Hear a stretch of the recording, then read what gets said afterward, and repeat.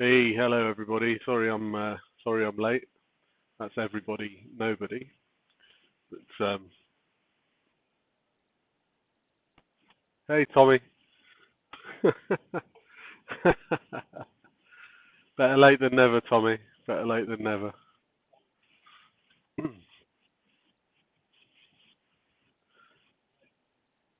So they say. Right. Let's let me sort my screen out.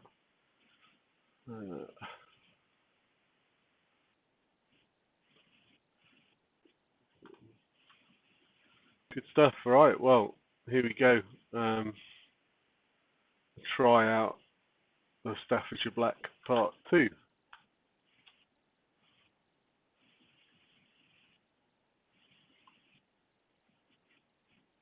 So if you watched the first video, you'll see. I just need to turn off the audio that's ringing in my ears. Um, if you saw the first video, you probably spent quite a lot of time watching effectively paint dry, and we did see some results, some notable results on the evening. This piece of sweet chestnut changed quite dramatically in just a few minutes while we were on that video. I'd say in about 10 minutes or so, we started to see some relatively dramatic results. We started to see dramatic results in this piece, which is the brown oak, and that was quite pleasing to see. Tell me if there's any issues with the audio, guys. I'm on a Bluetooth mic tonight. I'm not using what I was the other night. This is a piece of brown oak, and what's interesting is, and I think this goes some way to showing the situation with the tannins in the woods. This has had two coats, and is quite dark, quite deep, ebonising. This has had two coats, but with no tannin juice whatsoever. Now, to the naked eye and to my eye here, there's no difference whatsoever in those two. And on camera, there doesn't look to be a great deal of difference either. I would say, I would honestly say that charcoal is a pretty good description of the colour. I've got a white light here, so I'm hoping that the colour representation is reasonable. My hands don't look too pink or too yellow. That's pretty normal hand colour. So I'm hoping the picture is relatively clear with the colour. But yeah, charcoal grey, graphite grey, I think is a pretty good description of what we're looking at. This doesn't have any finish on at all, right? So, we're going to put some sanding sealer on this tonight. I'll put some oils on the others, and we'll see what happens. Actually, this piece I'll put on the lathe if I get a few minutes later. We'll stick this on the lathe. I've got the lathe ready to go. So we'll stick that on the lathe, and we'll see if we can't polish up the centre. I'm also interested to see how deep it's penetrated, and whether I can sand it, because I guess if it's true ebonising, and I chose a couple of thin pieces. Here's a thin piece of purple heart, and obviously you can see it's purple heart here. It's gone that charcoal grey colour. I need to keep it under the light, unfortunately. It has penetrated some way through, and it's seeped through the other side. Now, I didn't ebonise that side, right, and I haven't touched that with a brush whatsoever. So yeah, I think we can see that's actually managed to go through the wood. So that is about a millimetre. What's a millimetre? 16th. 1/16 of an inch. It might have penetrated through into what is some quite hard wood. Hi, Helen. Well, I don't know, Helen, but it does need a finish applying to it. It does need a finish applying to it. And if we look at the boxwood, I mean, to be quite honest, I took some quite nice boxwood. I've applied some ebonizer to it, and I'll be quite honest with you, if that was a finished piece, I'd be feeling like I've just ruined a piece of boxwood. So I would say, I'm not surprised, but don't bother to try and ebonize boxwood. That's had 3 coats, I think, I've given that piece, and that's not impressive at all. So I would say steer well clear of attempting to ebonize your boxwood with Staffordshire Black. Certainly I will. In terms of the double test, this is a piece of yew, and actually yew seems to take to it very well. Someone in the chat's going to tell me it's high in tannin. I don't know that, but I should have researched, but I assume it's high in tannins. So if you've got some yew, that could give quite an interesting effect, because yew finishes really well, right? So if we were to sand that down and give it a really nice polish, I suspect we'll get some nice features out of that. And that's kind of where I was hoping I would go with the monkey puzzle. And I think I've almost done that. I mean, yeah, it was a relatively nicely spalted piece, but I do have a few pieces of monkey puzzle that are not very well spalted at all and would benefit from some colour. So there is a dramatic change there, and you could potentially go an extra coat, and if it was on a larger surface area, then the effect could be quite interesting. Here we have spalted beech that's had 2 coats. Again, it's an interesting grey colour. I've not managed to get it black. Certainly nothing along the lines of as dramatic as the oak. If we use the brown oak as a guide, you can see quite dramatic difference. And again, when we've applied some oil and some finish to that, and I've given it a polish on one of my polishing wheels. 2 coats on cardboard, so if you ever want to ebonize some cardboard, it looks like it will give you a nice charcoal grey colour. And I'm just going through those that we did the other night, right, because towards the end of the night you saw me, we had a bit of a debate about whether I'd followed the instructions or not, right? When the instructions say slop on a coat of tannin juice and allow it to dry. So all of these items here that I've shown you so far weren't allowed to dry on the night. So on the night, we slopped on the tannin juice.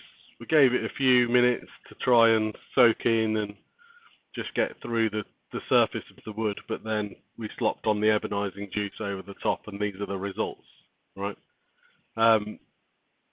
If I was to show you what happened, so this is the piece of elm, and actually I don't mind this finish. This has had 2 coats of tannin juice, dry, 1 coat of tannin juice, 1 coat of ebonizer on that night, dried, and then the following morning it had another coat of tannin juice and another coat of ebonizer, and it's kind of left me with this grey colour. I kind of like it, and again, it might finish nicely and for a specific finish. But what we did on the night was I turned it over and I put some tannin juice on, and I let that dry, and we didn't put any ebonizer on. And in the morning I came in, because the instructions said allow it to dry. It didn't say for how long, so I think it was Tommy and Richard and I that were debating it at the time. So we left it overnight, and then I applied some ebonizing juice, and that was the result in the morning, which you can kind of see here. isn't particularly dramatic at all. So that was ebonising juice, allowing the tannin juice to dry overnight. Same on this piece.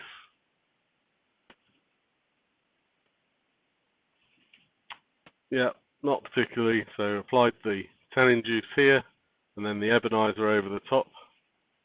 Nothing particularly exciting. This one kind of had an effect, but nothing like the night before's. Right, beautiful kind of finish. This is poplar. That's just base plywood. This is just base plywood that I applied it to, but it worked the night before. Some very basic English poplar. Tannin juice allowed to dry. Ebonising juice over the top. The lines you can see are my bandsaw cuts, but which tells you that I haven't sanded it, but that therefore in my mind should allow the tannin juice to seep in, and so yeah, that hasn't showed any dramatic effect. And we did the same. I did the same on Sapele, and Sapele didn't like that attempt at all. Right, so I applied. That's the wet end where we did tannin juice and ebonizer the night before, and I gave it another coat in the morning. That's done a reasonable job. But where I applied the tannin juice was this end over the other side, and then ebonising juice, and I've got nothing. So we're getting varied results with different types of wood, and I know we would expect that, right? On this one, I actually applied the tannin juice on the top the night before, and then when it was dry, I applied the ebonizer, and on this one, we've got some results, but there, you can see the difference. Quite different. This does have an extra coat, I suppose. So we've got something here. And the whole oak that I tried, which is this really glorious, I don't know if you can see the grain, but it's got some glorious grain in it. And don't worry, I wasn't wasting wood. It was an ultra thin slice, just to give it a go. It's like I've dipped it in muddy water, so I wouldn't. I'm kind of glad I've done this test, because it means that I won't just apply this finish to any wood now. I'll apply it to some selective woods that I'll get a nice finish with. And this holm oak, would you apply a finish to it anyway with that grain? Probably not, right? But if you cut it thin enough and it is a bit punky, just for a test. But yeah, no good at all, I would say, on that one. So, did I do the other side of the spalted? I don't think I did the other side of the spalted beech and allowed that to dry. So, I think you can see some quite varied results, right? Which I don't think any of us expected. Did I test ebonish with acid and metal? I don't know how you spell it in English. So I haven't yet. I assume what you mean is, have I put some wire wool in some vinegar in a jar, let it dissolve, and then applied that to the wood? But no, I use these Lionel, which are a new-ish product to the market. I think. Tell me if I'm wrong, guys. I think it's been out a couple of years now, at least, but relatively new to the market. Kind of cheats version of the ebonising solution. I guess my next test at some point will be with the wire wool and the vinegar, and we'll give that a go. But I don't think I'll get dramatically better results with that than I do with oak, which is what people generally use that for. This is, I think, this setup is really about the tannin juice primarily as the unique item to try and work to ebonise woods that don't normally have tannins in them and allow them to give you some colour, right? And to some extent, I would say, it's done a job on the elm, and it does look like, it has got some depth to it. It has seeped into the wood. So what I think I should probably do now, unless anyone's got any more questions, is go to the lathe and let's see if we can't, well, maybe I'll just spray some sanding sealer onto some of these pieces and I'll let that dry before I polish that on the wheel, and I'll stick this on the lathe while they're drying out.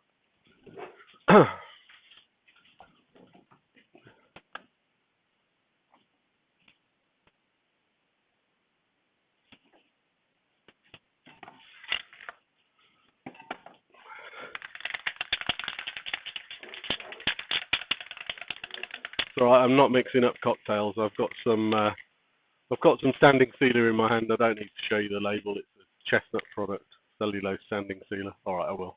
There you go.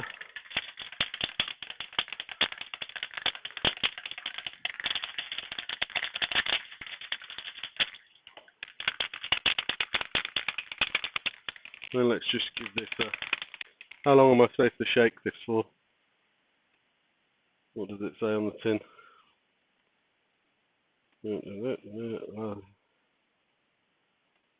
Spray a thin coat, blah, blah, blah. Doesn't say how long I should shake the can for.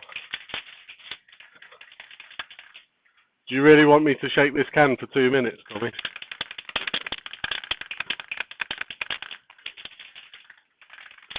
Anyone got any good jokes?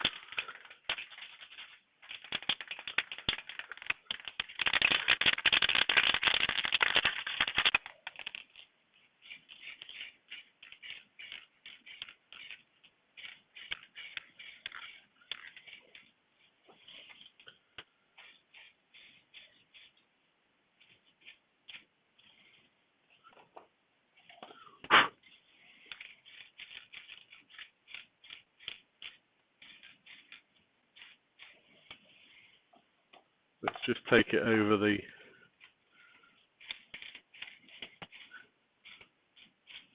Oh, Purple Heart, what amazing stuff that is. But look, the colour is no longer grey. It does look black. It does look black.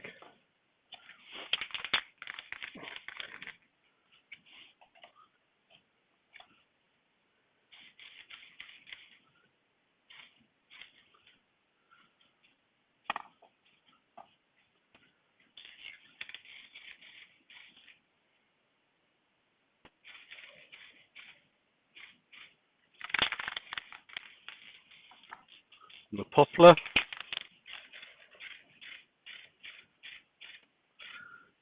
Interestingly, the poplar goes lighter, whereas the others have gone darker. Right, let's have a go with the elm. That's quite nice. But you'd need to have a specific reason that you would want that colour.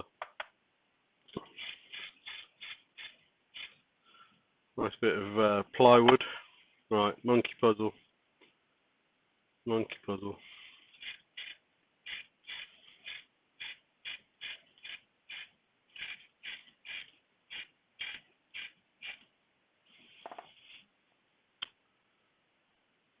Spalted beach. Very dry.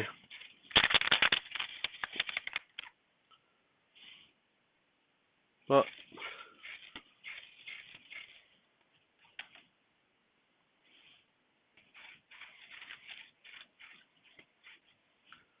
boxwood, yeah. Still ruined that piece of boxwood. I wouldn't use this on boxwood. But I don't think it's designed for boxwood. I mean, come on. That just looks like a dirty Tide mark, doesn't it? I don't know what that's saying is you can't polish her, but that's just ruined a piece of boxwood. That's all that's done. Right, and then here we go. Let's get some sanding sealer on this and get this on the lathe. This is the piece of sweet chestnut. So I'll give the piece of sweet chestnut a bit of sanding sealer while I take one of these pieces of elm and purple heart to the over to the polisher.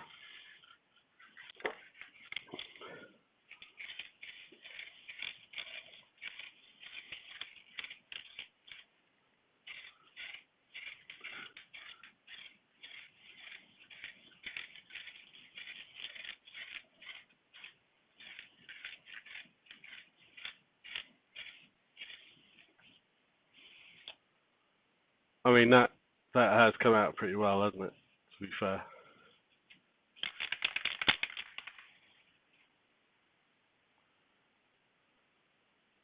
Cheers, Gav.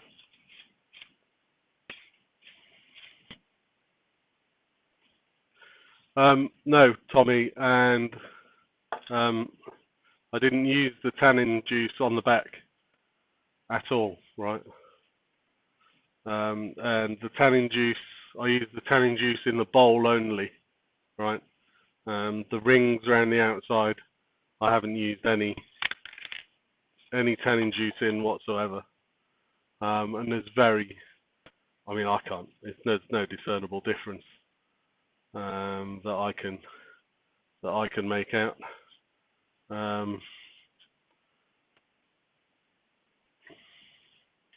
No discernible difference at all. Right, I'm going to leave that there. I'll be back in a minute. That's still wet. Right, let's go to the lathe. You'll have to tell me if the sound goes while I move.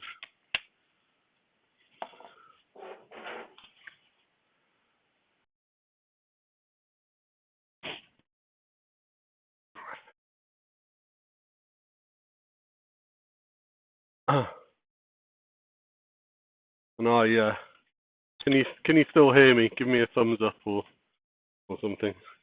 I was going to test this piece of black walnut, but then price of black walnut's just gone through the roof, hasn't it? So I'm gonna keep that. I'll make a nice little tray with that at some point. Right. This is when I find out that I've got the wrong drawers on. Yep. Best laid plans and all that.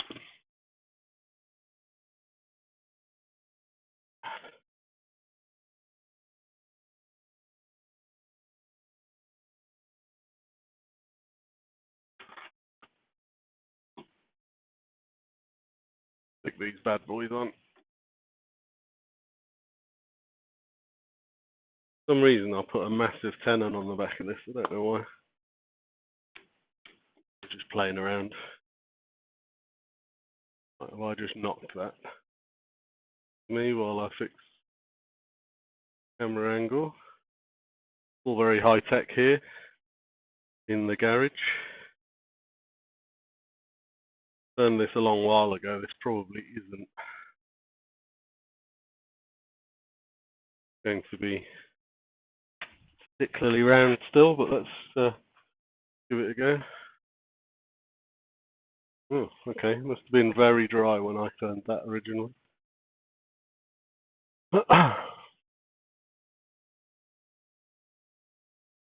Is the lighting and are the cameras okay? Probably do with a little bit more light on the subject, could we? Because it is dark.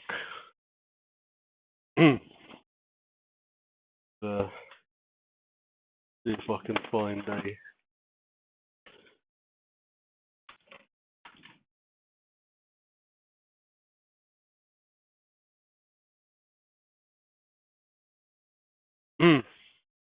Excuse me for a second. Trying to find my light. There we go.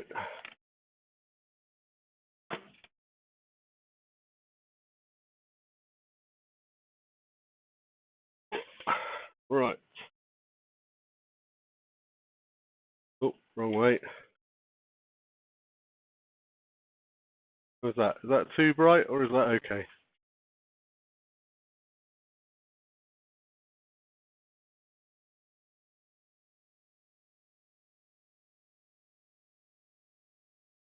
Righty ho.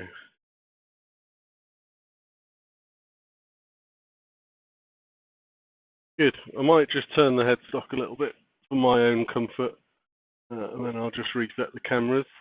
Oh, go. Just bring the light in. Turn that around.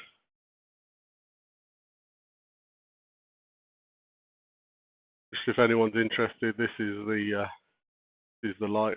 Comes on a thing. You get it from Wood Art Products.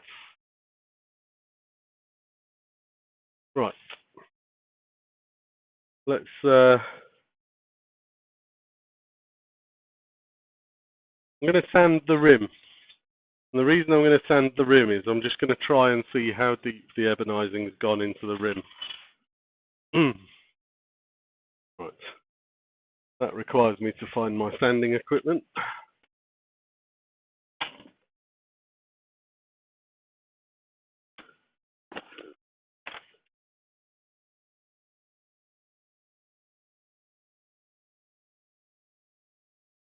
$120.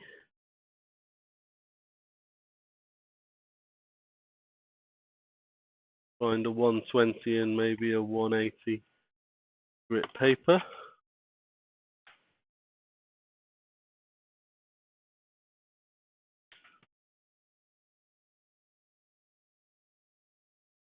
Well, I haven't been turning very much recently. No idea where my Pro Sander's gone. Let's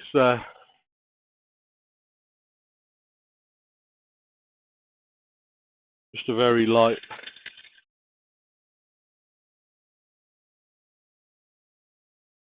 That's a piece of 120. I mean, it has gone below the surface. Not by much, but it has gone below the surface.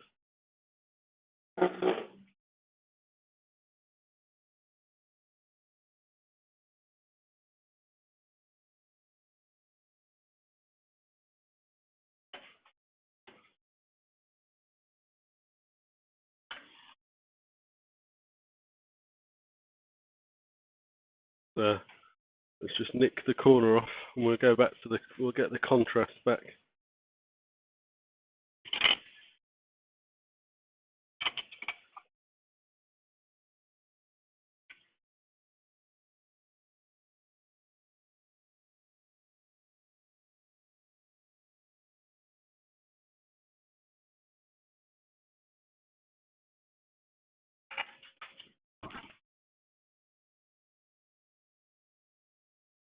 Looking for my 1/4 inch bowl gouge, but those of you that know what happened the other week, well, 1/4 inch bowl gouge no longer exists.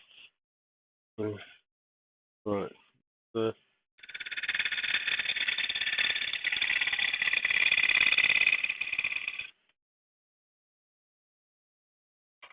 there we go. A very fine cut, but it really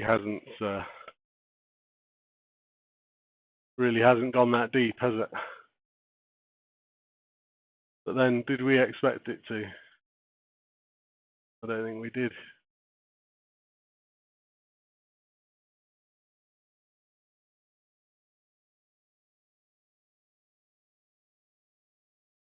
Right.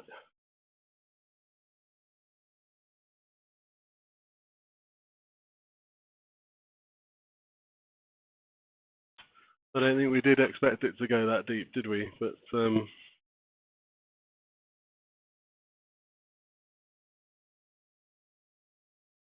what I'm going to do, just bear with me for a second.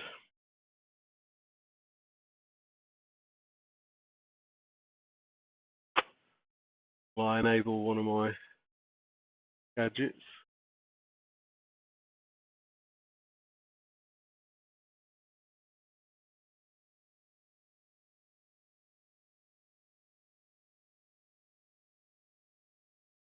Let's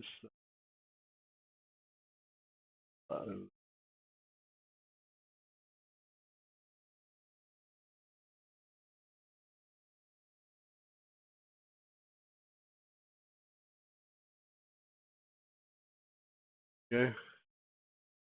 So just to try and give you a better view, the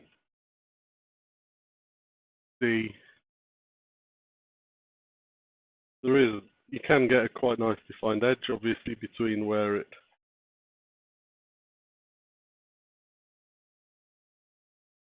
and it is quite an even finish.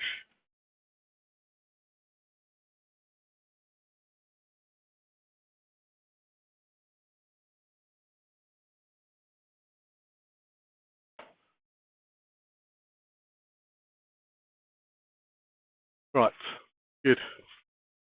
Let's get back with the program. So I think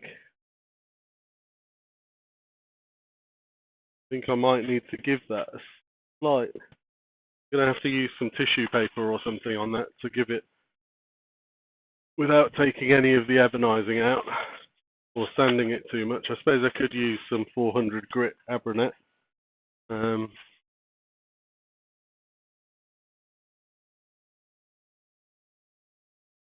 Just going to put some of Martin's Hampshire Sheen cellulose sanding sealer on, which is a bit thicker than the spray from Chestnut.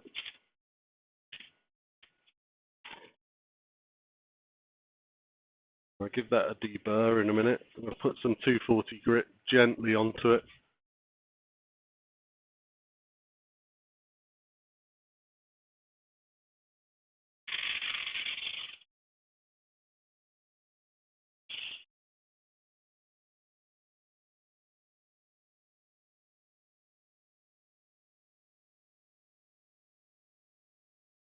A few bits of paper stuck to it, but no surprises. Quite open grain. Okay.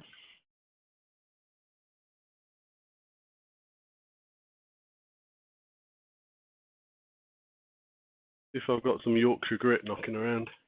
Here we go.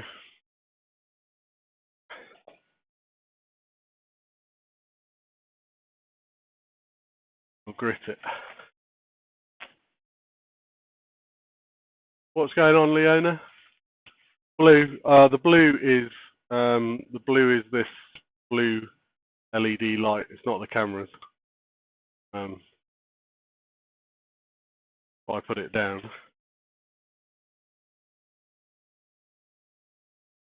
Yeah. I can leave it. I'll leave it like that for now. Yankee grit. Yeah, I know. Yankee grit and German grit. German grit, Yankee grit. Oh,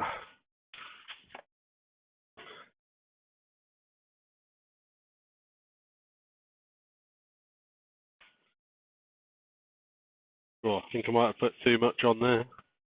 Put about 30 quid's worth on there. There we go.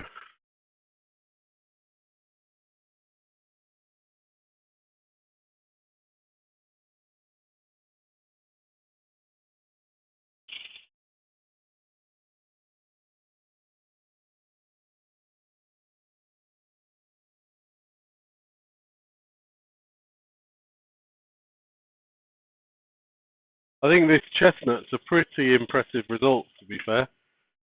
There is some coming off on the piece, but then I guess that would happen with anything, right? This is sanding it down, so with the grits coming off some of the wood, and that wood happens to be black, so it's coming off black in the grit.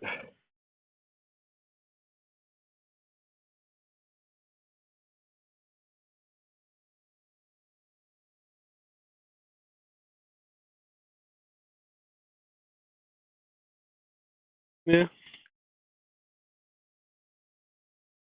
not completely convinced, but we shall.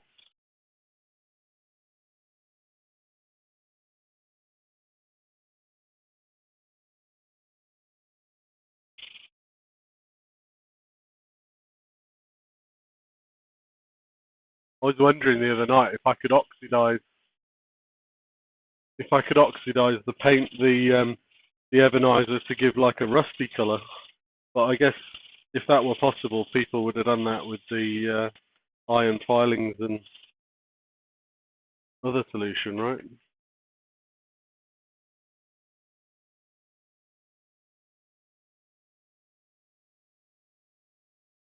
Got very, very deep grains in this. But as I said before, it's just a test, so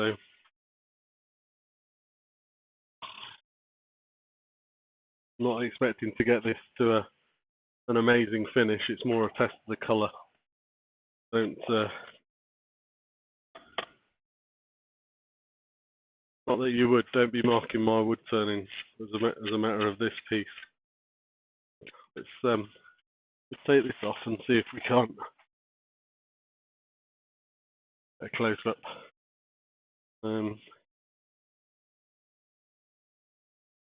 mean, it does the job. Does the job on a piece of sweet chestnut. I would say that's pretty reasonably back.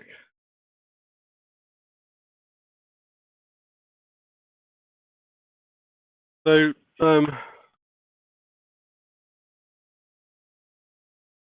Mike, give me a sec. Right, so,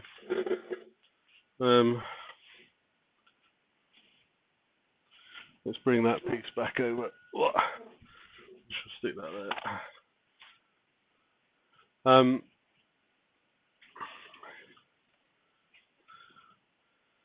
So, here you go. Sandwood to ideally no finer than 400 grit.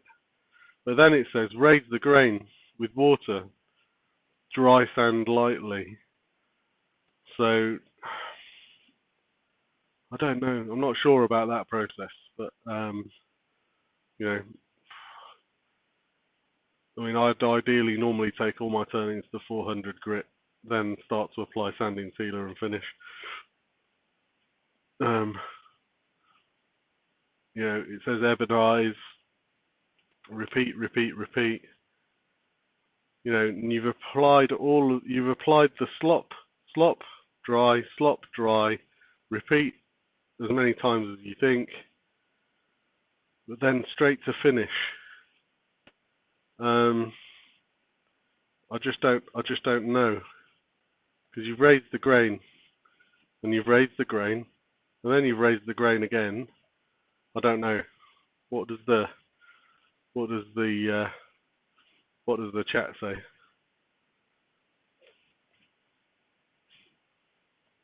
Aren't I re-raising the grain every time I put water and solution or vinegar and or acid and solution on, and then I go straight to finish?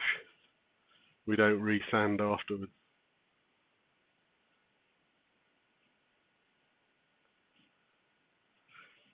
Right, so we raise the grain, we sand lightly, and we remove the dust, right? But when I slop some more coat of tannin juice and ebonising juice, doesn't that also raise the grain again? So yeah, I think that's what I was kind of doing there. I think it is about then sanding sealer, denib, burnish, and finish. And I think it misses that step, doesn't it? If we were to make a suggestion back,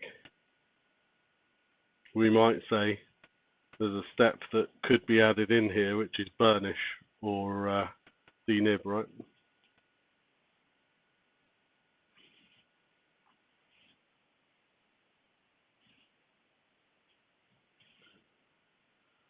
Also, it's a northern Staffordshire, but you know, spiffing. Anyway, right. So again, not the most artisan of bowls at all, but in terms of the colour, and I have got this under a white ring light, which I can turn off. Let me turn that off. We're now under LED lights, you would say for chestnut, it's done a pretty good job, I think. This is the only piece that's sanded. This hasn't been sanded, that was just burnished.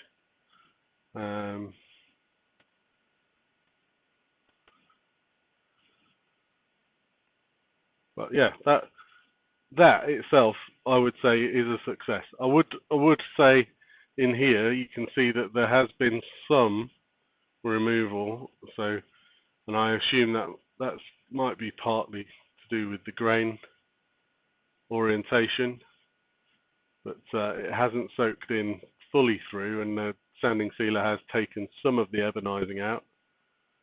But I think that's a pretty good result for what is effectively an instant solution, right? And I've got a litre of the stuff, right? So if you want to keep going and apply an extra, then you can, right? So I'm just going to polish the end of this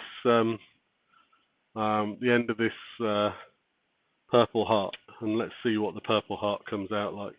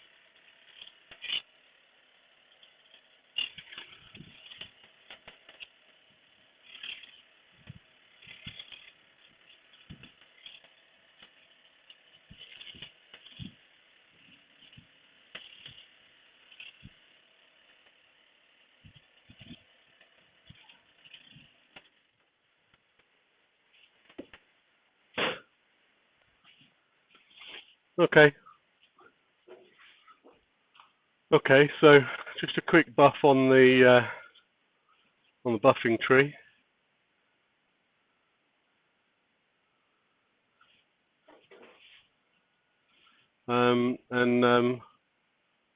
We'll try and get that in focus. And yeah, that's pretty impressive. I like the finish.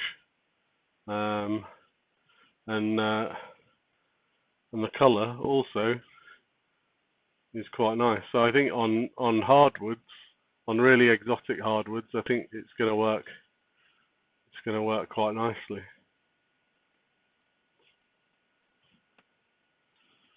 That's yeah, that's come out quite nice. Quite like that. Right, I'm going to try and polish up the monkey puzzle. So give me another 30 seconds. Is it cheaper, dearer than the same size chestnut black stain? I don't think it is. I think the 500, well, I think they're the same size as, I mean, this is what I've been using for ebonising so far, right? Intrinsic black, right?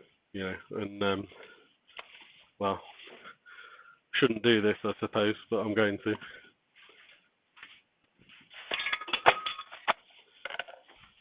Just for you, Leona. Right. And I'm not going to wear any gloves.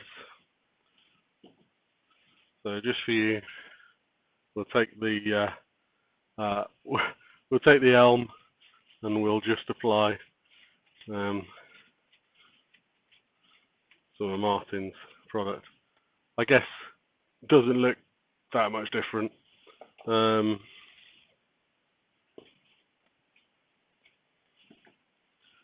But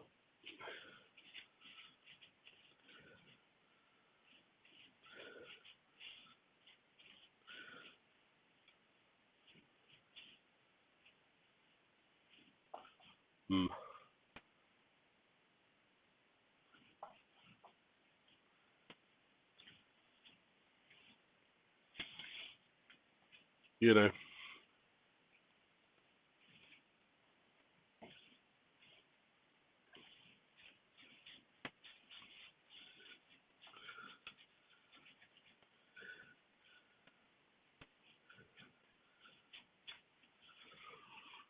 I guess make your own mind up, right? 5 seconds, 3 days, 5 seconds, 3 days. I don't know. But I like the finish. I do like the finish on that piece. Right, let's just roll this monkey puzzle through.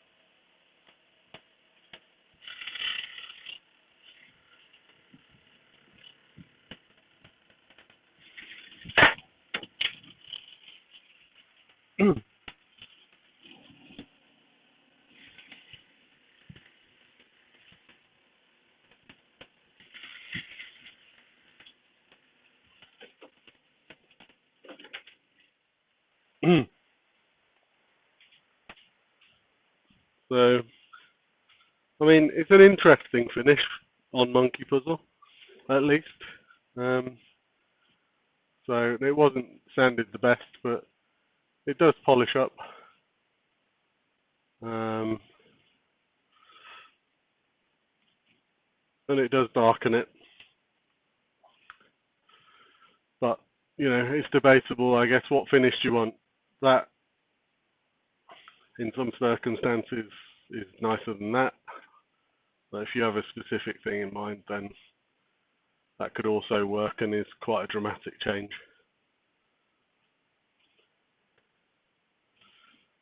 Yeah, I'd agree with you. Leona. I think I don't really have an test now yet. Yeah, I'd agree with you. I think this kills the grain. You would have to sand this back, but that does block. If you wanted block black, then I think Martin's inks do a great job, and I do use them for ebonising previously, but it is blocky. But that finish is yeah, more natural. So I think that's pretty much the end of the test. I would say success with sweet chestnut, success without too much effort with brown oak, surprise, surprise. Success with purple heart, and actually, you know, if you look at that end with a single coat, I'd say success if you want a nice deep grey purple. But all the other stuff, or monkey puzzle maybe, right? But all the other stuff, boxwood, don't waste your boxwood, right? It just looks like you've had it in a muddy puddle, right? Holm oak, don't waste your beautiful grain. Luckily mine's paper thin, so I haven't, but yeah, again, looks like you've left it in a muddy puddle. Spalted beech, I mean, if you really want a grey colour,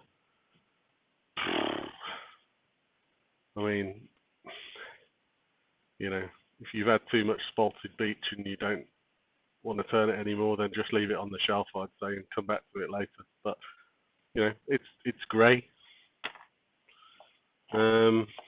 Poplar, again, kind of works. Elm works if you want a satin grey finish, but I think you'd be tan inducing and ebonising for days and days if you wanted that to go black. Hey Roy, and cardboard you can do if you really want to do it. but it does also it will also ebonize cardboard. But apart from that, I think that's the test over. But from my perspective, so I will use it. It'll take me a long while to get through 500 ml bottles of it. And I'll give it a go, but I think it's going to be mainly on sweet chestnut, brown oak. Am I really going to use my Purple Heart and turn it black? I think what might be nice, if you think creatively, which I do try to do from that time to time, you could ebonize the whole piece, and then you could cut the ebonizing away, or sand it away, and bring out the bright purples. And if you sanded it in a certain way, you might be able to grade it so that it's dark going through to purple or something like that. I don't know, but there's something to be tried there. But yeah, in general, I think Spotted Beach looks good blue. Well, I don't have any good blue dye. Otherwise, I'll give that a go, Tommy. I'll give that a go at some point. Good. Right. Well, not a great deal of turning tonight. In fact, very little. But another test of the studio, or should I say garage, and my new equipment, which, if the sound's okay and the picture has been okay, then we're winning.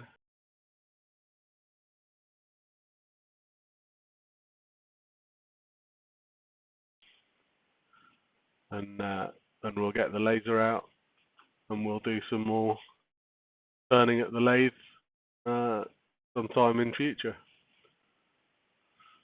Right, good stuff. Night, everybody. I don't have a camera that's on my face at the moment, so I'm just gonna give you all a big thumbs up, and I'll see you all soon. Thanks for watching.